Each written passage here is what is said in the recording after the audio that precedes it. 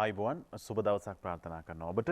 අද සැප්තැම්බර් මාසයේ 27 වෙනිදා විවේකී ඉරිදා දවස. අදත් අපි සූදානම් වෙන්නේ සතියන්ත ජාතික පුවත්පත් වෙත ඔබේ අවධානය යොමු කරන්නට. එක පැත්තකින් 20 වෙනි ආණ්ඩුක්‍රම ව්‍යවස්ථා සංශෝධනය පිළිබඳ කතා බහ දිගින් දිගටම මතුවෙන කාලයක් බවට පත් වෙලා තියෙනවා. ඒකට හේතුව තමයි දැන් මේ වෙනකොට 20 වෙනි ආණ්ඩුක්‍රම ව්‍යවස්ථා සංශෝධන කෙටුම්පත පාර්ලිමේන්තුවට ඉදිරිපත් කරලා අවසන්. දැන් ඒ සඳහා සතියක් කාලයක් නැත්නම් දින 7ක් කාලයක් තියෙනවා අධිකරණයට යන්න. දැන් මේ වෙනකොට අධිකරණයට පෙත්සම් විශාල සංඛ්‍යාවක් ගොනු කරලා තියෙනවා. අධිකරණයේ පැත්තෙන් ගත්තාම ඒ සඳහා විනිසුරු මඩුල්ලකුත් මේ වෙනකොට පත් කරලා තියෙනවා. ලබන 29 වෙනිදා මේ පෙත්සම් විභාගයට ගැනීමටත් නියමිතයි කියලා අපිට තොරතුරු වාර්තා වෙනවා.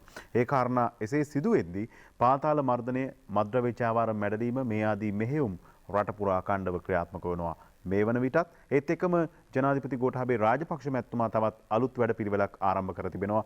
වසර ගණනාවක් තිස්සේ ගම්මානවල නොවිසඳිනු ගැටලු වලට අවධානය යොමු කරමින් ජනපති ගම සමග පිළිසඳරක් වැඩසටහන බදුල්ල හල්දුමුල්ල ප්‍රදේශයෙන් ආරම්භ කෙරුණා. ඒ සඳහා ජනතාවගේ විශාල ප්‍රතිචාර ලැබෙනවා. වෙනදා වගේ නෙමෙයි විශාල මුදල් පිරිවැයක් දානන්නේ නැහැ මේ කටයුතු සඳහා. කොහොම වුණත් ජනතාවගේ ගැටලු වලට එවලේම විසඳුම් ලබා දෙන්න මේ ජනපති ගම සමග පිළිසඳරක් වැඩසටහන ඔස්සේ කටයුතු කරන ආකාරයක් පසුගිය සතියේදී අපිට දැක් ගන්නට හැකියාව ලැබුණා. සෑම සතියකටම එක් ගමක් ප්‍රදේශයක් තෝරාගෙන මේ කටයුතු සිදු කරන්නටයි ජනාධිපතිතුමා කටයුතු සූදානම් කරලා තියෙන්නේ. මේ විදිහට තමයි රටේ වැඩ කටයුතු සිදු වෙන්නේ. ඒ වගේම COVID-19 වසංගත තත්වයෙන් රට මුදා ගැනීමේ වැඩපිළිවෙලත් ඒ විදිහටම ක්‍රියාත්මකයි. මේ ආදී දේශපාලන ආර්ථික සමාජීය කාරණා බොහොමයක් පසුගිය සතියේදී සිදු වුණා. ඒ පිළිබඳව තොරතුරු බොහොමයක් අද ජාතික පුවත්පත්වල සතියන්ත ජාතික පුවත්පත්වල වාර්තා වෙලා තියෙන අතරවාරයේදී අපි සූදානම් වෙනවා සිළුමිණ පුවත්පතට මුලින්ම ඔබේ අවධානය යොමු කරන්න. සිළුමිණ පුවත්පතේ ප්‍රධාන පුවත NGO සල්ලි කෝටි 5000ක් පිල්ලි ගිහින් කියලා තමයි ප්‍රධාන පුවත වාර්තා කරන්නේ. මේක ජාතික ආරක්ෂාවට තර්ජනයක්ලු නියාමනයට පනතක් ළඟදීම ගේන්න කටයුතු කරනවා කියලායි අද මේ තොරතුරේ අන්තර්ගත වෙන්නේ. විදේශ ආධාර ලබන රාජ්‍ය නොවන සංවිධාන හරහා මෙරට ලැබුණු රුපියල් කෝටි 5000කට අධික මුදල් අවභාවිත වී ඇති බවත් එම මුදලින් කොටසක් ජාතික ආරක්ෂාවට තර්ජනයක් වන කටයුතු හා අන්තවාදයේ පැතිරීම සඳහාද යොදාගෙන ඇති බවට තොරතුරු වාර්තා වී තිබෙනවා. මෙයින් වැඩි මුදලක් රාජ්‍ය නොවන සංවිධාන 280ක් කරහා ලැබී ඇති බවයි මේ තොරතුරේ සඳහන් වෙන්නේ. විදේශීය ආධාර ලබා ගන්නා ජාතික මට්ටමේ රාජ්‍ය නොවන සංවිධාන 404ක් හා ජාතික මට්ටමේ ආධාර ලබා ගන්නා හා විදේශීය ආධාර ලබා ගැනීමට බලාපොරොත්තු වෙන සිටින සංවිධාන 1245ක් ලියාපදිංචිව ඇති අතර මේ සංවිධාන 1644න් මේ වන විට සක්‍රිය තත්ත්වයේ පවතින්නේ 669ක් මේ රාජ්‍ය නොවන සංවිධාන පිළිබඳවයි සටහන. පසුගියදා හෙළි වූ නීතිඥ හිජාස් හිස්බුල්ලාගේ සේව් ද පර්ල් නැමැති රාජ්‍ය නොවන සංවිධානයේ ගිණුමකට කටාර්හි නීති විරෝධී සංවිධානයකින් රුපියල් මිලියන 13ක් එවා ඇති බවට අපරාධ පරීක්ෂණ දෙපාර්තමේන්තුව විසින් සොයාගෙන තියෙනවා. මේ පිළිබඳව රාජ්‍ය නොවන සංවිධාන පිළිබඳ ජාතික මහලේකම් කාර්යාලයේ අධ්‍යක්ෂ රාජා ගුණරත්න මහතාගේ කළ විමසීමකදී ඔහු කියා සිටී මෙරට අන්තර්ජාතික ජාතික දිස්ත්‍රික් හා ප්‍රාදේශීය ලෙසින් ලියාපදිංචි රාජ්‍ය නොවන සංවිධාන 38019ක් ඇති බවත් එයින් විදේශ ආධාර ලබන හා ජාතික මට්ටමේ සංවිධාන 1649ක් සංවිධාන 980ක් මේ වන විට අක්‍රිය තත්ත්වයේ පවතිනවා කියලායි සඳහන් වෙන්නේ. මේ විදිහට තමයි NGO වලට නැත්නම් රාජ්‍ය නොවන සංවිධාන වලට විදේශ වලින් ලැබෙන විශාල ආධාර ප්‍රමාණයක් තියෙනවා. මේවා නියාමනයට කටයුතු කරන්න සිද්ධ වෙනවා. මේ සමහර මුදල් ලැබෙන්නේ අන්තවාදී ක්‍රියා සහ ජාතික ආරක්ෂාවට තර්ජනයක් වන කටයුතු වලට කියලා තමයි මේ තොරතුරෙන් අනාවරණය කරලා තියෙන්නේ. ඒ නිසා ළඟදීම මේ කටයුතු නියාමනය කිරීමට පනතක් ගේන්න සැලසුම් කරලා තියෙනවලු. ඊළඟට අපි යනවා තවත් තොරතුරකට. ඒ තමයි මේ රට වටේම දැවැන්ත ආරක්ෂක ජාලයක් කියලා තොරතුරකුත් සිළුමිණ මුල් පිටුවේ අද වාර්තා කරලා තියෙනවා. සංවිධානාත්මක අපරාධකරුවන් මෙරටින් පලා යාමට දරන උත්සාහයන් ව්‍යර්ථ කිරීමට මෙන්ම නීති විරෝධීව රටට ඇතුළු වන්නන් වළක්වාලීම පිණිසත් තහනම් බහඬ රට තුළට ගෙනීම වළක්වාලීම පිණිසත් පුළුල් ආරක්ෂක ජාලයක් ක්‍රියාත්මක කිරීමට ආරක්ෂක අමාත්‍යාංශය කටයුතු ක්‍රියාත්මක කරලා තියෙනවා. ඒ සඳහා ත්‍රිවිධ හමුදාව විශේෂ කාර්ය බලකාය වගේම පොලිසිය හා උතුරේ දීවර ප්‍රජා ආරක්ෂක කමිටුව සහායද ලබාගෙන තියෙනවා. මේ මුහුදු මාර්ගයෙන් එන තර්ජන නැත්නම් මුහුදු මාර්ගයෙන් එන සංවිධානාත්මක අපරාධකරුවන් මෙරටින් පලා යාම, නීති විරෝධී භාණ්ඩ මෙරටට ගෙනීම වැළැක්වීම මේ ආදී කටයුතු සඳහා තමයි මේ දැවැන්ත ආරක්ෂක ජාලය ක්‍රියාත්මක කරන්න ආරක්ෂක අමාත්‍යාංශය මේ වෙනකොට කටයුතු කරලා තියෙන. හැම පැත්තක් පිළිබඳවම අවධානය යොමු කරමිනුයි මේ කටයුතු පිළිබඳව ආරක්ෂක අමාත්‍යාංශයේ අවධානය යොමු වෙලා තියෙන බව අද සිළුමිණ පුවත්පත වාර්තා කරන්නේ. ගෙවතු ලක්ෂ 24ක් අස්වද්දන්න බැසිල්ගෙන් අලුත් සැලසුමක් කියලා තොරතුරක් අද වාර්තා කරනවා. අපි දන්නවා COVID-19 වසංගතයේ පැවති සමයේදී බොහෝ දෙනෙක් නිවෙස්වල හිටියේ. ඒ නිසා ඔවුන්ට වගා කිරීමට අවශ්‍ය බීජ බෙදා දීමත් රජය මගින් සිදු කරනු ලැබුවා. මේ ආදී නිසා ගෙවතු බොහොමයක් මේ වෙනකොට වගා කිරීම ආරම්භ කරලා තියෙනවා. නැවතත් ගෙවතු ලක්ෂ 24ක් අස්වද්දන්න බැසිල්ගෙන් අලුත් සැලසුමක් බැසිල් රාජපක්ෂ මහත්මයාගෙන් අලුත් සැලසුමක් කියන තොරතුරු අද වාර්තා කරනවා. මෙරට ගෙවතු ලක්ෂ 24ක් ගෙවතු වගාවට හා සත්ත්ව පාලනයට යොමු කිරීමේ හා පරිසරය සුරැකීමේ අලුත් වැඩපිළිවෙලක් ආර්ථික පුනර්ජීවනය හා දරිද්‍රතාව තුරන් කිරීම සඳහා වන ජනාධිපති කාර්යසාධක බලකායේ සභාපති බැසිල් රාජපක්ෂ මැතිතුමාගේ මෙහෙයවීමෙන් ආරම්භ කරනවා කියලයි මේ වෙනකොට තොරතුරු අනාවරණය කළ තියෙන. මේකින් ප්‍රාන්ත තොරතුරු පසුගිය දිනවලත් පුවත්පත්වල වාර්තා කර තිබුණා. ඉන් අනතුරු අපි තවත් තොරතුරකට යන්නට සූදානම් වෙනවා. ඒ තමයි දේශපාලන පරිගැනීම් 6952ක් සහන සලකා බැලීම ඇරඹේ කියලා තොරතුරුකුත් අද සිළුමිණයි මුල් පිටුවේම වාර්තා කරලා තියෙන්නේ. වසර 2015 සිට 2019 දක්වා යහපාලන රජයේ දේශපාලන පරිගැනීම් පිළිබඳව රාජ්‍ය සේවයේ දේශපාලන පරිගැනීම් සොයා බලන කමිටුවට ලැබුණු අභියාචන 6952ක් පිළිබඳව පරීක්ෂා කිරීම දැන් ආරම්භ කර තිබෙනවා කියලායි සඳහන් කරන්නේ. රාජ්‍ය හා අර්ධ රාජ්‍ය සේවයේ පරිපාලනමය වශයෙන් දේශපාලනික පරිගැනීමට ලක් වූ සේවකයන් විසින් මෙම් පැමිණිලි 6952 ඉදිරිපත් කළ අතර ඉන් පැමිණිලි 2365ක් කමිටුව වෙත ඍජුවම ලැබිලා තියෙනවා කියලායි සඳහන් කරන්නේ. උන්ට සහන සැලසීමත් මේ වෙනකොට ආරම්භ කරන්න කටයුතු සූදානම් කරලා තියෙනවා.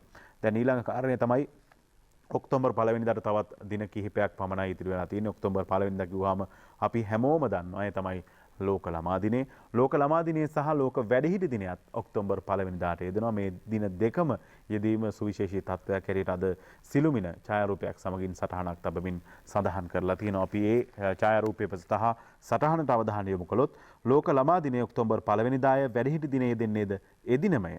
සුන්දර ළමා ලොව විචිත්‍රත්වයේ සේම වගකීම් සහගත වැඩිහිටි වියද ඊට ආවේනික සුන්දර තත්වෙන් යුතුයි කියලායි සඳහන් කරන්නේ. ජීවන ගමනේ ඇරඹුම සේම සමාජය වෙනුවෙන් උපරිම කැපවීමෙන් තම දායකත්වය ලබා දී විශ්‍රාම සුවයෙන් පසු වෙන වැඩිහිටි සමයේද එකසේ අවධානයට ලක්විය යුතු අවදීන් දෙකක්. පස්හැවරිදි සිය මීමුණු බෙරකු වන දෙව්හර සමග අවුරුදු 113ක් වන මේ විලියම් මුත්තනුවන් ඔවුන්ගේ ලෝකවල විචිත්‍රත්වයේ විඳින අයුරු දැක්වෙන මේ සේයාරුව ලේක් හවුස් ඡායාරූප ශිල්පියා සමන්ත්‍රී වෙදගේගේ තෙවැනි ඇසට කිරින්දිවැල්ල ප්‍රදේශයෙන් තමයි හසු වෙලා තියෙන්නේ. අවුරුදු 113ක් වන තමන්ගේ මුත්තනුවන් සමග මේ දරුවා ගමන් කරන ආකාරය අද ඡායාරූපයක් සමගින් වාර්තා කරලා තියෙනවා. අපි සිළුමිණ පුවත්පතෙන් අනතුරුව යන්නට සූදානම් වෙනවා මව්බිම පුවත්පතට. මව්බිම පුවත්පතේ වාර්තා වෙන තොරතුරු පාස්කු ප්‍රහාරය පිළිබඳ විවිධ තොරතුරු මේ දිනවල වාර්තා වෙමින් පවතිනවා. මොන වගේ තත්ත්වයක් උඩද මේ පාස්කු ප්‍රහාරය සිදු වුණේ? ආරක්ෂක අංශවල රාජ්‍ය අංශයේ මොන වගේ අඩුපාඩුකම් මැද්දේද මේ පාස්කු ප්‍රහාරය සිදු වුණේ කියන කාරණේ පිළිබඳ විවිධ තොරතුරු පාස්කු ප්‍රහාරය පිළිබඳ සොයා බලන ජනාධිපති කොමිසමේදී අනාවරණය වෙනවා. ඒ අතර වාරයේ මව්බිම් පුවත්පත අද ප්‍රධාන පුවත විදිහට වාර්තා කරනවා ඔක්තෝබර් 5-6 පාස්කු කොමිසමේදී මෛත්‍රීගෙන් රනිල්ගෙන් ආందోලනාත්මක හෙළිදරව්වක්. බොහෝ දෙනෙක් බලාගෙන ඉන්නේ දැන් ඔක්තෝබර් මාසේ 5 වෙනිදා සහ 6 වෙනිදා පාස්කු ප්‍රහාරයට සාක්ෂි ලබා දෙන මේ කොමිසම හමුවට පැමිණෙන දෙදෙනා පිළිබඳව රනිල් වික්‍රමසිංහ මහත්මයාත් මෛත්‍රීපාල සිරිසේන හිටපු ජනාධිපතිවරයාත් කොමිසම හමුවේ සාක්ෂි ලබා දීමට නියමිතයි. ඒ පිළිබඳවයි මේ තොරතුරු වාර්තා කරන්නේ. හිටපු ජනාධිපති මෛත්‍රීපාල සිරිසේන සහ හිටපු අග්‍රාමාත්‍ය රනිල් වික්‍රමසිංහ යන මහත්වරුන් පාස්කු ඉරිදා ප්‍රහාරය ගැන සොයා බලන ජනාධිපති විමර්ශන කොමිසම හමුවේ සුවිශේෂී කරුණු කිහිපයක් හෙළිදරව් කිරීමට සූදානමින් සිටින බව දේශපාලන අභ්‍යන්තර ආරංචි මාර්ගවලින් වාර්තා වෙනවා. හිටපු ජනාධිපති මෛත්‍රීපාල සිරිසේන මහතා ඔක්තෝබර් මාස 5 වෙනිදා පාස්කු ඉරිදා ප්‍රහාරය ගැන සොයා බලන ජනාධිපති විමර්ශන කොමිසම හමුවේ පෙනී සිටීමට නියමිතයි. හිටපු අග්‍රාමාත්‍ය රනිල් වික්‍රමසිංහ මහතා පෙනී සිටින්නේ ඔක්තෝබර් මාස 6 වෙනිදා බවයි මේ තොරතුරු අනාවරණය කරලා තියෙන්නේ. මේ දක්වා ජනාධිපති විමර්ශන කොමිසමේදී ඇතැම් ප්‍රධාන නිලධාරීන් සාක්ෂි දීමේදී හිටපු ජනාධිපති මෛත්‍රීපාල සිරිසේන මහතාටත් හිටපු අගමැති රනිල් වික්‍රමසිංහ මහතාට චෝදනා එල්ල කර තිබෙනවා. මෙම චෝදනාවලට තමා අනිවාර්යෙන්ම පිළිතුරු දෙන බවත් ඊට අමතරව තවත් කරුණු හෙළි කරන බවත් හිටපු ජනාධිපති මෛත්‍රීපාල සිරිසේන මහතා පසුගියදා ශ්‍රී ලංකා නිදහස් පක්ෂයේ ක්‍රියාකාරීන් සහ හිතවතුන් පිරිසක් සමග ප්‍රකාශ කොට තිබෙනවා. මේ අතර හිටපු අග්‍රාමාත්‍ය එක්සත් ජාතික පක්ෂයේ නායක රනිල් වික්‍රමසිංහ මහතා පසුගියදා එක්සත් ජාතික පක්ෂයේ ක්‍රියාකාරීන් පිරිසක් සමග සිරිකොත පක්ෂ මූලස්ථානයේ පැවති රැස්වීමකදී පාස්කු ප්‍රහාරය ගැන සොයා බලන ජනාධිපති විමර්ශන කොමිසමට මේ මහතා කැඳවීම සම්බන්ධයෙන් සාකච්ඡා කරලා තියෙනවා. ලබන 6 වෙනිදා මටත් පාස්කු කොමිසමට එන්න කියලා තියෙනවා. මම යනවා. එතනදී තව බොහෝ දේවල් හෙළි වේවි. යනුවෙන් හිටපු අග්‍රාමාත්‍ය රනිල් වික්‍රමසිංහ මහතා මෙහිදී ප්‍රකාශ කරලා තියෙනවා. ඒ නිසා ඔක්තෝබර් 5 6 කියන්නේ අවධානයෙන් ඉන්න ඕන දවසක්. මේ කාරණා මොන වගේ දේවල් හෙළි වේවිද විශේෂයෙන්ම පාස්කු කොමිසම හමුවේදී අග්‍රාමාත්‍යවරයා සහ ජනාධිපතිවරයා අතර පසුගිය වසර 4මාර කාලය තුල තිබුණු යම් ගැටුම්කාරී තත්ත්වයන් නිසා ආරක්ෂක අංශ සමාජිකයන් මුහුණ දුන් අභියෝගාත්මක කරුණු පිළිබඳව අනාවරණය වෙනවා. මේ සියල්ලටම පිළිතුරු දෙන්නට මේ දෙදෙනාම සූදානම් ඉන්නවා කියලා තමයි මව්බිම අද තොරතුරු වාර්තා කරන්නේ. නිසා මේ දින දෙක ගැන බොහෝ දෙනෙක් අවධානයෙන් සිටීවි. අපි යනවා තවත් තොරතුරකට මව්බිම පුවත්පතෙන් වාර්තා කරන මේ තමයි ජනාධිපතිතුමා හල්දුමුල්ල ප්‍රදේශයේ අපි දන්නවා ජනපති ගම සමග පිළිසඳරක් ගම්වල තියෙන ගැටලු විසඳීමේ වැඩපිළිවෙලක් ආරම්භ කළා. එහිදී සඳහන් කළපු කාරණයක් පිළිබඳව බොහෝ දෙනෙකුගේ අවධානය යොමු වෙලා තියෙනවා. මගේ වචන චක්‍රලේඛයක් ලෙස සලකන්න නැතිනම් දැඩි පියවර ජනපති නිලධාරීන්ට අනුතුරු අඟවයි කියන කාරණේ පිළිබඳව තමයි මේ තොරතුරු අද වාර්තා කරලා තියෙන්නේ මව්බිම් පුවත්පතේ. ජනතාවගේ පොදු යහපත පිණිස දෙන සියලු වාචික නියෝග ජනතාවගේ පොදු යහපත පිණිස දෙන සියලු වාචික නියෝග චක්‍රලේඛ සලකා ක්‍රියාත්මක කළ යුතු බව ජනාධිපති ගෝඨාභය රාජපක්ෂ මහතා නිලධාරීන්ට අවධාරණය කළා තියෙනවා. මේ නියමය කඩ කරන නිලධාරීන්ට එරෙහිව දැඩි පියවර ගන්නා බව ජනාධිපතිවරයා සඳහන් කරලා තියෙනවා. බදුල්ල හල්දුමුල්ල වෙලම්විට ග්‍රාමයෙන් ආරම්භ වූ ජනපති ගම සමග පිළිසඳර සාකච්ඡා මණ්ඩපයේදී ජනාධිපතිවරයා මේ බව කියා සිටියා කියලායි සඳහන් කරන්නේ. රාජ්‍ය නිලධාරීන්ගෙන් මම බලාපොරොත්තු වෙන්නේ ජනතා ගැටලු සවිඥානිකව අවබෝධ කරගෙන විසඳුම් දීම. ජනතාවගේ පැත්තේ සිට නිවැරදි සහ ඍජු තීරණ ගන්නා නිලධාරීන් මම ආරක්ෂා කරනවා. ජනතා ප්‍රශ්න වලට විසඳුම් දීමට රාජ්‍ය ආයතන දිගු කාලයක් ගන්නවා. ආයතනයක ලිඛිත විමසුමකට අනෙක් ආයතනයෙන් දින 14ක් ඇතුළත පිළිතුරු නැත්නම් එම ලිඛිත ඉල්ලීම අනුමත කළාසේ සලකා ජනතාවට පිළිතුරු දෙන්න යනුවෙන් නිලධාරීන්ට ජනාධිපතිවරයා උපදෙස් දීලා තියෙනවා. මේ කාරණේ පිළිබඳව විවිධ කතාබහ ඇති වෙද්දී ජනාධිපතිතුමා සඳහන් කරන්නේ ජනතාවගේ සුබ සිද්ධිය සඳහා ජනතා යහපත සඳහා යම් තීරණයක් ගන්නවා නම් එතුමන්ගේ වචන චක්‍රලේඛයක් ලෙස සලකන්න කියන කාරණේ පිළිබඳව තමයි අවධාරණය කළේ.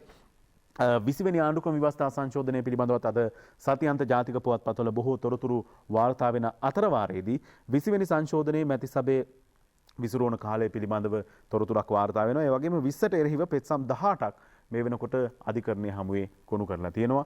20 වෙනි ආණ්ඩුක්‍රම ව්‍යවස්ථා සංශෝධන පනත් කෙටුම්පත පාර්ලිමේන්තුවට ඉදිරිපත් කළා. ඊට එරෙහිව මේ වෙනකොට පෙත්සම් 18ක් ඉදිරිපත් වෙලා තියෙනවා. ලබන 29 වෙනිදා වෙනකොට මේ පෙත්සම් විභාගයට ගැනීමට නියමිතයි.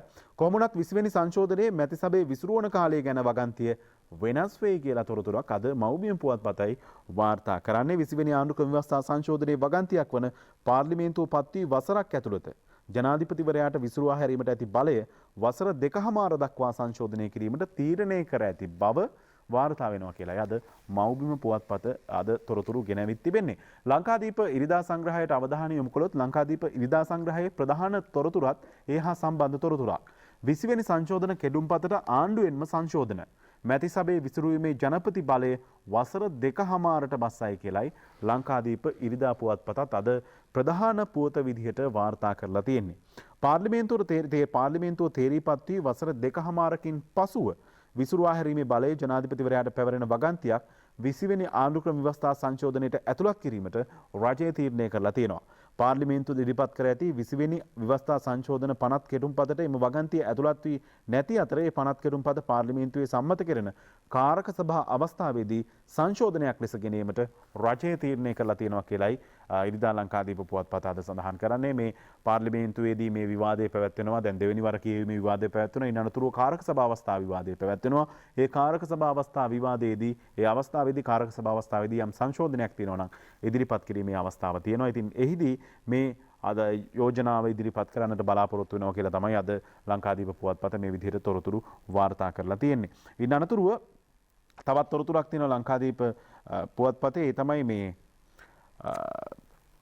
අලුත් ව්‍යවස්ථාව පිළිබඳවත් කතා බහට ලක් වෙනවා. 20 වෙනි ආණ්ඩුක්‍රම ව්‍යවස්ථා සංශෝධන පනත් කෙටුම්පත වගේම අලුත් ව්‍යවස්ථාවක් පිළිබඳවත් කතා බහක් ඇති වෙලා තියෙනවා. බොහෝ දෙනෙක් සඳහන් කරන්නේ తాවකාලික විසඳුමක් හැටියට 20 වෙනි ආණ්ඩුක්‍රම ව්‍යවස්ථා සංශෝධනයේ සම්මත කරගත්තත් අලුත් ව්‍යවස්ථාවක අවශ්‍යතාවය රටට පවතිනවා කියන කාරණේ. අලුත් ව්‍යවස්ථාවේ මූලික කෙටුම්පත මාස 6කින් ඉදිරිපත් කරන්න සූදානම් වෙනවලු. නව ආණ්ඩුක්‍රම ව්‍යවස්ථාව පිළිබඳ මූලික කෙටුම්පත් වාර්තාව මාස 6ක කාලයක් තුල නිකුත් වීමට නියමිතයි කියලයි අද මේ විදිහට ලංකාදීපේ තොරතුරක් ගෙනවිත් තිබෙන්නේ. ඊන අනතුරුව ලංකාදීපේ වාර්තා වෙනවා තවත් තොරතුරක්. ඒ තමයි සංවර්ධන ව්‍යාපෘතිවලදී ව්‍යාපෘති කාර්යාලය පා භාණ්ඩාගාර ලේකම්ගෙන් උපදෙස් ලැබිලා තියෙනවා.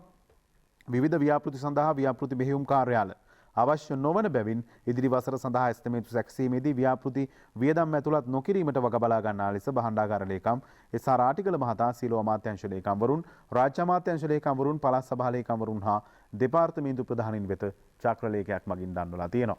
ඒ වගේම අලුතෙන් රජයේ ගොඩනැගිලි ඉදිකිරීම වසර 2කට නවත්තන්නත් තීරණයක් අරන් තියෙනවා. රජයේ ගොඩනැගිලි ඉදි කරන්න තියෙනවා නම් ඒවා වසර 2කින් නවත්තන්න තීරණය කළා තියෙනවා. රට හමුවේ තියෙන අභියෝගාත්මක තත්ත්වයත් එක්ක රටේ රාජ්‍ය ආයතන සඳහා නව ගොඩනැගිලි ඉදිකිරීම වසර 2කින් කල් දැමීමට රජය තීරණය කළා තියෙනවා කියලා මේ විදිහට අද ඉරිදා ලංකාදීප පුවත්පතේ මුල් පිටුවේම තොරතුරු වාර්තා කරලා තියෙන්නේ. තවත් තොරතුරක් තියෙනවා. ඒ තමයි මේ සමගි ජන බලවේගය පිළිබඳ සමගි ජන බලවේගයෙන් වෘත්තීය සමිති ව්‍යාපාරයක් ආරම්භ කරන්න තීරණය කළා තියෙනවා. සෑම ක්ෂේත්‍රයක්ම නියෝජනය වෙන පරිදි මේ සතිය තුළ වෘත්තීය සමිති ව්‍යාපාරයක් ගොඩනැගීමට සමගි ජන බලවේගය තීරණය කළා තියෙනවා. තිස්ස අතනායක මහත්තයයි මෙහෙම සඳහන් කරන්නේ. ඒ වගේම එක්සත් ජාතික පක්ෂයේ ප්‍රතිසංවිධාන කටයුතු පිළිබඳව තොරතුරු කිහිපයක් තියෙනවා. එක්සත් ජාතික පක්ෂයේ ප්‍රතිසංවිධානයේට විශේෂ කමිටුවක් එක්සත් ජාතික පක්ෂයේ විධිමත්ව සංවිධානය කිරීමේ යෝජනා ඉදිරිපත් කිරීමට විශේෂ කමිටුවක් මේ වෙනකොට පත් කරලා තියෙනවා කියලා සඳහන් කරන්නේ. කමිටු නම් කීයක් පත් කළාද කියන එක පිළිබඳව අපිට පසුගිය වසර කිහිපය ගැන අවධානය යොමු කිරීමේදී හිතා ගන්න බෑ. කොමුණත් නැවතත් එක්සත් ජාතික පක්ෂ ප්‍රතිසංවිධානයට කමිටුවක් පත් කරලා තියෙනවා. එක්සත් ජාතික පක්ෂ ලැයිස්තු මන්ත්‍රී දුරේ එචාප නායකයාට එපා කියයි කියලා තොරතුරුකුත් අද ලංකාදීපයි වාර්තා කරන්නේ. මේ වෙනකොට තාමත් ඒක පුරපාඩු මට්ටමේ තියෙන තාමත් ඒ ආසනයේ හිස් වෙලා තියෙන පාර්ලිමේන්තුවේ එක්සත් ජාතික පක්ෂයේ ජාතික ලැයිස්තු මන්ත්‍රී දුරේ සඳහා නම් 6-7ක්ම ඉදිරිපත් වී තිබෙන බව වාර්තා වෙනවා. අඛිල විරාජ් කාර්යවසම් ජෝන් අමරතුංග, රවි කරුණානායක, වජිර අබේවර්ධන යන හිටපු අමාත්‍යවරුන්ගේ නම්ද ඒ අතර තිබෙන බවයි වාර්තා වෙන්නේ. ඒ වගේම අපේ ජනබල පක්ෂයේ මන්ත්‍රී දුරයත් තාමත් හිස් වෙලා තමයි තියෙන්නේ. මේ ආසන දෙකම හිස් වෙලා තමයි පාර්ලිමේන්තුව පැවැත්වෙන්නේ. ඒ කියන්නේ මන්ත්‍රීවරුන් 225ක් ඉන්න ඕන තැන තාමත් ඉන්නේ 223යි.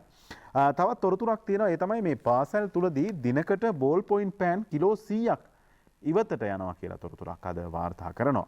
පාසල් පද්ධතිය තුල දිනකට ලියා අවසන් කරන ලද බෝල් පොයින්ට් පෑන් කිලෝ 100ක් පමණ ප්‍රමාණයක් ඉවතලන බව පෞද්ගලික අංශයේ ආයතනයක් කරන ලද පරීක්ෂණයකින් අනාවරණය වෙලා තියෙනවා. දිනකට බෝල් පොයින්ට් පෑන් කිලෝ 100ක් ඉවත් කරනවා. මේවා යම් ආකාරයක ඉවත් කිරීමෙන් පස්සේ තවත් වැඩකට යොදා ගන්නට හැකියාවක් තියෙනවා නම් හොඳයි කියන කාරණේ තමයි මතු කරන්නට සිද්ධ වෙන්නේ. අපි ඒ තොරතුරත් එක්ක කෙටි විරාමයකට යන්න සූදානම්. තවත් තොරතුරු බොහොමයක් තියෙනවා අද සතියන්ත ජාතික පුවත්පත්වල ඔබට ගෙනෙන්නට. ඔබ නැවතත් ආයුබෝවන් සුබ දවසක්. දවසේ පුවත්පත් තොරතුරු සමගින් දිවයින ඉරිදා සංග්‍රහයටයි මුලින්ම අවධානය යොමු කරන්නේ. කරුගෙන් අලුත් පක්ෂයක්. කවුද මේ කරු?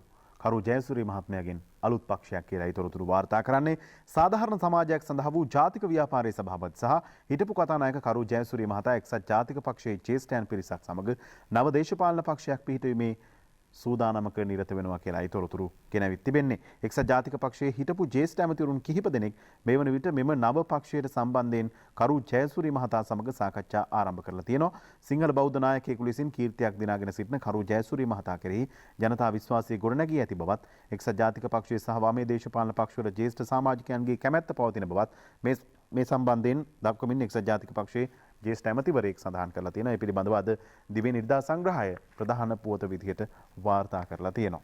ඒ වගේම 20ට එරෙහිව පෙත්සම් පිළිබඳව තොරතුරු වාර්තා කරනවා. 20 වෙනි ආණ්ඩුක්‍රම ව්‍යවස්ථා සංශෝධනයට එරෙහි පෙත්සම් 29 වෙනිදා විභාගයට ගැනීමට නියමිතයි කියලා අද තොරතුරු වාර්තා කරන්නේ. පාර්ලිමේන්තුව ඉදිරිපත් කර ඇති 20 වෙනි ආණ්ඩුක්‍රම ව්‍යවස්ථා සංශෝධන කෙටුම්පතට එරෙහි ශ්‍රේෂ්ඨාධිකරණයට ගොනු කරනු ලැබූ පෙත්සම් මෙම මාස 29 වෙනිදා සලකා බැලීමට නියමිතයි කියලා අද ඒ තොරතුරේ වැඩිදුරටත් සඳහන් කරලා තියෙනවා. ඉන් අනතුරුව දිවයින පුවත්පතේ තවත් තොරතුරක් තියෙනවා. ඒ තමයි විපක්ෂයේ 20න් ප්‍රසිද්ධ වෙන්න හදනවා. අගමැතිවරයා තමයි මෙහෙම සඳහන් කරන්නේ. 20 වෙනි සංශෝධන පනත් කෙටුම්පත මුවාවෙන් විපක්ෂයේ ඔවුන්ට නැති ප්‍රසිද්ධියක් ලබා ගැනීමට ක්‍රියා කරන බව. විපක්ෂයේ ඔවුන්ට නැති ප්‍රසිද්ධියක් ලබා ගැනීමට ක්‍රියා කරන බව මහින්ද රාජපක්ෂ මහතා ප්‍රකාශ කරලා තියෙනවා. විපක්ෂයේ වශයෙන් ජනතාවට කුමක් හෝ දෙයක් නිර්මාණය කර ප්‍රසිද්ධියක් ලබා ගැනීමට ඔවුන් උත්සාහ කරනවා කියලයි අග්‍රාමාත්‍ය මහින්ද රාජපක්ෂ මහතා සඳහන් කරලා තියෙන්නේ. අපේ මන්ත්‍රීවරු ආණ්ඩුවට යන්නේ නැහැ. මෙහෙම කියන්නේ විපක්ෂ නායකවරයා. විපක්ෂයේ සිටින්නේ ආත්මගරුත්වයක් සහිත මන්ත්‍රීවරුන් බැවින් ආණ්ඩුව සිතන පරිදි විපක්ෂයේ මන්ත්‍රීවරුන් ආණ්ඩුවට එක් කර ගැනීමට පහසු නැතයි විපක්ෂ නායක සජිත් ප්‍රේමදාස මහත්මයා සඳහන් කරනවා. තව සති දෙකක් තුනක් ඇතුළත මේ 20 වෙනි ආණ්ඩුක්‍රම ව්‍යවස්ථා පනත් කෙටුම්පත පාර්ලිමේන්තුවේදී විවාදයට ගැනීමට නියමිතයි.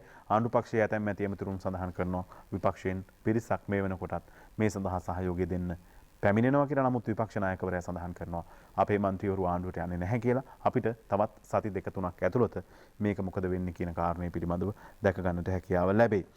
තවත් තොරතුරක් තියෙනවා කහ ගැන ටිකක් වැඩිපුර කතා වෙනවා. කහ හිඟයක් පිළිබඳවත් කතා බහට ලක් වෙන අතරවාරයේදී කහ ප්‍රතිඅපනයනය කළොත් වහකන්න වෙයි කියලා කහ ආනයනකරුවන්ගේ සංගමය සඳහන් කරන බව දිවයින පුවත්පත වාර්තා කරනවා. රේගුව මගින් රඳවාගෙන තිබෙන කහතොග ඉන්දියාවට ප්‍රතිආපනයනය කරන්නට රජය තීරණය කළහොත් Taman ඒ සඳහා දරා ඇති වියදමට අමතරව තවත් රුපියල් කෝටි 13ක පමණ ඒ සඳහා වැය වෙන බැවින් Tamanගේ ව්‍යාපාර කඩා වැනීමට ලක්වන බව කහ ආනයනකරුවන්ගේ සංගමය සඳහන් කරනවා කියලා අද තොරතුරු වාර්තා කරද්දී අන්තර්ජාල අපරාධ ඉහළයයි කියලා තොරතුරක් අද වාර්තා කරනවා. මේ නිසා මේ ගැන අවධානයෙන් ඉන්න මේ Facebook වගේ සමාජ මාධ්‍ය ඔස්සේ අන්තර්ජාලය හරහා සිදුවෙන මුදල් මංකොල්ල කෑම් වෙනත් අපරාධ බොහොමයක් මේ වෙනකොට ඉහළ යමින් තියෙන තත්ත්වයක් තියෙන නිසා මේවා පරිහරණය කිරීමේදී ප්‍රවේශමෙන් කටයුතු කරන්න කියන කාරණය පිළිබඳව තමයි ආරක්ෂක අංශ අනතුරු අඟවලා තියෙන්නේ. ඒ වගේම පොලිසියේ ලොකු පුටු වෙනසක් පිළිබඳවත් අද දිවයින පුවත්පත තොරතුරු වාර්තා කරලා තිනවා.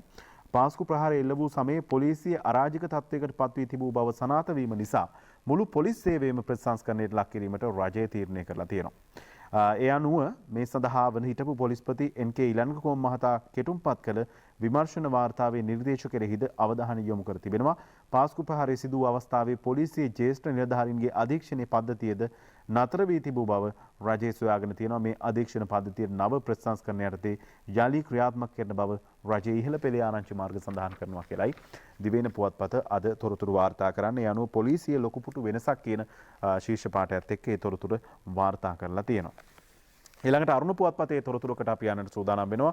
අරුණ පුවත්පත වාර්තා කරනවා හිටි හැටියේ ධනවත් වූ රාජ්‍ය නිලධාරීන් ගැන CID පරීක්ෂණයක් පවත්වනවලු. මේ හිටි හැටියේම ධනවත් වුණු රාජ්‍ය නිලධාරීන් ගැනයි CID පරීක්ෂණයක් ආරම්භ කර තියෙන්නේ. රේගු නිලධාරීන් පිරිසක් ගැනත් ඇස බැංකු විස්තර ගන්න අධිකරණයට බී වාර්තා අයථා මුදලින් නිවාස දේපොළ බොහොමයක් අරගෙන තියෙනවා කියලයි අද තොරතුරු වාර්තා කරන්නේ. අයථා අන්දමින් වත්කම් උපයා හිටි හැටියේ කෝටිපතියන් වූ රාජ්‍ය නිලධාරීන්ගේ වත්කම් සම්බන්ධයෙන් අපරාධ පරීක්ෂණ දෙපාර්තමේන්තුව මේ විදිහට පරීක්ෂණ ආරම්භ කරලා තියෙනවා. අරුණ පුවත්පතේම තවත් තොරතුරු කිහිපයකට අපි යන්නට සූදානම් වෙනවා. දෛනික වැටුප් 1000 දක්වා වැඩි නොකළොත් වතු රජයට පවරා ගැනීමේ තීරණයක් කියලා තොරතුරක් අද වාර්තා කරනවා. වතුකම්කරුවන්ගේ දෛනික වැටුප රුපියල් 1000 දක්වා වැඩි නොකළොත් වතු රජයට පවරා ගන්නා බව කම්කරු ඇමති නිමල් සිරිපාලද සිල්වා මහතා වතු හාම්පුතුන්ට අනතුරු අඟවලා තියෙනවා කියලයි සඳහන් කරන්නේ. ඒ වගේම පසුගිය සිව් වසරට කොළඹ කියන්නේ ඉතින් ඉඩම් වල වටිනාකම ගැන අපිට අමුතුවෙන් කියන්නට අවශ්‍ය නැහැ. පසුගිය සිව් වසරට කොළඹ අක්කර 1000ක් හොරෙන්ම ගොඩ කරලා කියලයි තොරතුරු වාර්තා කරන්නේ. ඉඩම් සංස්ථාව නඩු මගට යනවා. ඉඩම් අක්කර 1000ක් ගොඩ කරලා හොරෙන්ම පසුගිය වසර 4මාර තුල. ඒ ගැනත් අද තොරතුරු වාර්තා කරද්දී එක්සත් ජාතික පක්ෂය ගැනත් සතිය ගරුණු තොරතුරක් වාර්තා කරලා තිනවා. එජාපේ අනාගතයේ රුවන් සහ අකිලාතේ පක්ෂයේ හැරගිය අය ගැන රනිල් වාර්තාවක් ඇඳවයි කියලයි අද තොරතුරු වාර්තා කරලා තියෙන්නේ. එක්සත් ජාතික පක්ෂයේ අනාගතයේ රුවන් විජේවර්ධන සහ අකිල විරාජ් කාර්යවසම් මහත්මයා අතේ තියෙනවා කියලයි ඒ තොරතුරේ ගෙනවිත් තිබෙන්නේ. ඊට අනතුරු අපි යනවා ඇත්ත පුවත්පතේ තොරතුරක් වාර්තා වෙනවා. කොමියුනිස්ට් පක්ෂ නායකයෝ චීන තානාපති හමුවේ කියන තොරතුර. ශ්‍රී ලංකාවේ කොමියුනිස්ට් පක්ෂයේ ප්‍රධාන ලේකම් දොස්තර ජී වීරසිංහ එම පක්ෂයේ හිටපු ප්‍රධාන ලේකම් ඩී ගුණසේකර සහ කොමියුනිස්ට් පක්ෂයේ මාතර දිස්ත්‍රික් පාර්ලිමේන්තු මන්ත්‍රී වීරසුමන වීරසිංහ යන මහතුරුන් පසුගියදා ශ්‍රී ලංකාවේ වැඩ බලන චීන තානාපතිවරයා හමු ආකාරයේ ඡායාරූපයක් සමගින් තොරතුරු වාර්තා කරද්දී ඇත්ත පුවත්පතේ කතු වැකිය දෙස අවධානය යොමු කළොත් පාතාලයේ කළු සල්ලි මහ බැංකු බුද්ධ්‍යංශයට හසු නොවූයේ කෙසේද? පාතාලයේ හරහා විශාල ගනුදෙනු සිදු වෙනවා. කෝටි ප්‍රකෝටි ගණන් මුදල් වියදම් වෙනවා, සංසරණය වෙනවා. මේ පිළිබඳව මහ බැංකු බුද්ධ්‍යංශයට හසු නොවුනේ ඇයි කියන ප්‍රශ්නාර්ථයත් එක්කයි ඇත්ත කතු වැකිය අද සටහන් කරලා තියෙන්නේ. ඊළඟට අපි යන්නේ මව්රට පුවත්පතට. මව්රට පුවත්පතේ තොරතුරු කිහිපයක් අපි උපුටා ගත්තා. ඒ තමයි මේ ගස් ගෙඩි පිටින් ගලවයි කියලා තොරතුරක් වාර්තා කරනවා. ඉදිරියේදී මාර්ග ලක්ෂයක් සංවර්ධනය කිරීමේදී සහ වැව් සකස් කිරීමේදී ඒ අවට ගස් කොළන් නොකපා ඒවා ගස් පිටින් උදුරා වෙනත් ස්ථානයක යලි රෝපණය කිරීමට අවශ්‍ය යන්ත්‍රෝපාංග ගෙන්වීමට පරිසර අමාත්‍ය මහින්ද අමරවීර මහතා සැලසුම් කරලා තියෙනවා කියලයි මේ තොරතුර වාර්තා කරන්නේ. තවත් තොරතුරක් තියෙනවා මව් රටේ ලංකාව අනාරක්ෂිතයි කියලා. මේ අනාරක්ෂිතයි කියන කාරණය පිළිබඳව කිව්වහම එකපාරට බය වෙන දෙයක් නෑ. නමුත් අවධානයෙන් ඉන්න ඕන කොරෝනා වසංගතයේ ලෝකෙන් ඉවත් වනතුරු තවමත් මෙරටද අනාරක්ෂිත බව වසංගත රෝග අධ්‍යක්ෂ වෛද්‍ය සුදත් සමරවීර මහතා ප්‍රකාශ කරලා තියෙනවා. කොරෝනා වසංගතයට අපි සාර්ථකව මුහුණ දුන්නත් ලෝකේ මේකට මුහුණ දෙන තත්ත්වයක් එක්ක ලෝකෙන් මේක තුරන් වෙලා යන තුරුම ලංකාව අවධානයෙන් ඉන්න ඕනේ අනාරක්ෂිතයි කියන කාරණයයි මතු කරලා තියෙන්නේ. ඊට පස්සේ අපි තවත් තොරතුරු කිහිපයක් උපුටා ගත්තා. ඒ තමයි අපිට පසුගිය සතියේදී වාර්තා වුණා මහනුවර ප්‍රදේශයෙන් කනගාටුදායක සිදුවීමක්. පසුගිය ඉරිදා තමයි මේ පිළිබඳ තොරතුරු වාර්තා වුණේ. ගොඩනැගිල්ල කඩා වැටීම සහ කුඩා දරුවෙකු ඇතුළු ජීවිත 3ක් අහිමි වීම පිළිබඳව විවිධ කතා බහ ඇති වෙනවා. ගොඩනැගිල්ල කඩා වැටීම වළක්වන්නට නොහැකි වුණත් ජීවිත 3 බේරා ගන්නට අවස්ථාව තිබුණා කියන කාරණේ පිළිබඳව නොයෙකුත් මාධ්‍ය ඔස්සේ කතා බහට ලක් වෙනවා. කොහොම වුණත් මේ කාරණේ පිළිබඳව සංවර්ධනයේ සැලසුම් සහ කඩා වැටෙන ගොඩනැගිලි කියලා මාතෘකාව යටතේ සංවාදයක් ගොඩනගලා තියෙනවා. මිනිසාගේ ක්‍රියාකාරකම් නිසා සිදු වූ දෙයක් ජ්‍යෙෂ්ඨ මහාචාර්ය අතුල සේනාරත්න සඳහන් කරනවා මේ ගොඩනැගිල්ල කඩා වැටීම. මේ ගොඩනැගිල්ල කඩා වැටුනේ භූකම්පනයක් නිසා නොවේ. අනුර වල්පොල සභාපති භූවිද්‍යා සහ පතල් කාර්යාංශයේ සභාපතිවරයා සඳහන් කරනවා. ඒ වගේම අපි මේ සම්බන්ධයෙන් දැඩි පියවර ගන්නවා. නීතිඥ ලලිත් යූ ගමගේ මධ්‍යම පළාත ආණ්ඩුකාරවරයා සඳහන් කරන තොරතුරත් හිතුමතේ ගොඩනැගිලි ඉදි කරන්න එපා. ප්‍රදීප් කොඩිපිලි මහත්මයා තමයි මෙහෙම සඳහන් කරන්නේ නියෝජ්‍ය අධ්‍යක්ෂ ජෙනරාල් ආපදා කළමනාකරණ මධ්‍යස්ථානයේ. ඒ වගේම මේ ප්‍රමිතිය අඩුවක් නිසා සිදුවක් RMS බණ්ඩාර අධ්‍යක්ෂ ගොඩනැගිලි පරීක්ෂණ ආයතනයේ පරීක්ෂණ අවදානම් කළමනාකරණ අංශය තමයි මෙහෙම සඳහන් කරන්නේ. මේ පිළිබඳවත් අද තොරතුරු වාර්තා කරනවා බූවැලිකඩින් වාර්තා වුණු මේ අවාසනාවන්ත සිදුවීම ගැන. ඊළඟට පැරදුණු මැති ඇමතිවරුන් දැන් ජීවත් වෙන්නේ කොහොමද? මේ ගැන අද අපූර්ව ලිපියක් සතියක අරුණේ වාර්තා කරලා තියෙනවා. අපි දෙදෙනෙක් ගැන ගමු. මේ මන්ත්‍රීවරුන් දෙදෙනෙක් මන්ත්‍රීවරුන් ගණනාවක් ඉන්නවා පසුගිය මැති සභාවට ඇතුළත් වුණු දැන් මේ සැරේ පැරදුණු. ඉතින් ඔවුන් අදින් සඳහන් කරද්දී තෙවරක් පෙරුම මොකද කරන්නේ? තෙවරක් පෙරුම අනෝදා වවන අතරේ බිරියට ආපහු ප්‍රේම කරන්න පටන් ගන්න කියලායි සඳහන් කරන්නේ. ඒ වගේම අජිත් පී පෙරේරා පිළිබඳවත් කතා බහට ලක් වෙනවා. අජිත් පී පෙරේරා නැවතත් උසාවියේ වැඩ ආරම්භ කරලා තියෙනවා. මේ විදිහට තමයි උසාවිය යන පටන් ගන්න තියෙනවා. ඔහු නීතිඥයෙක්. මේ කාරණා පිළිබඳවත් අද අපූර්ව ලිපියක් සතිය ගරුණේ වාර්තා වෙද්දී අපි පුවත්පත් තොරතුරු අවසන් කරන්නට උපුටා ගන්නවා සතිය ගරුණේම කාටුනයක්. මේ රළමත ලිස්සා යාමේ ජාතික තරඟයේ ආරුගම්බේදී කියලා තමයි සඳහන් කරලා තියෙන්නේ. නමුත් මේ රළමත ලිස්සා යන්නේ පාස්කු ප්‍රහාරය කියන රළමත තමයි මේ ලිස්සා යන්නේ. අපිට පේනවා හිටපු ආරක්ෂක ලේකම් වගේ කෙනෙක් ඉන්නවා මේ ඉන්න අය පිළිබඳව. හිටපු පොලිස්පතිවරයා වගේ, හිටපු අගමැතිවරයා වගේ, හිටපු ජනාධිපතිවරයා වගේ කිහිප දෙනෙක් තමයි මේ ලිස්සලා යන්නේ. පාස්කු ප්‍රහාරය කියන රළමතින් ලිස්සලා යනවාද කියන කාරණේ පිළිබඳව තමයි අවධානය යොමු කරලා තියෙන්නේ. මේ ගැන බොහෝ තොරතුරු අපිට ඉදිරියේදී දැනගන්නට හැකියාව ලැබෙයි. 20ට මොකද වෙන්නේ කියන කාරණේ පිළිබඳවත් ඉදිරි සතියේදී තොරතුරු දැනගන්න ලැබෙයි කියලා අපි බලාපොරොත්තු වෙනවා. ඉතින් ඒ තොරතුරු කිහිපයත් සමගින් අදට සමුගන්නට සූදානම්. හෙටත් හමු වෙමින් බලාපොරොත්තු වෙන්න අපි ඔබට ප්‍රාර්ථනා කරනවා සුබ දවසක්. ආයුබෝවන්.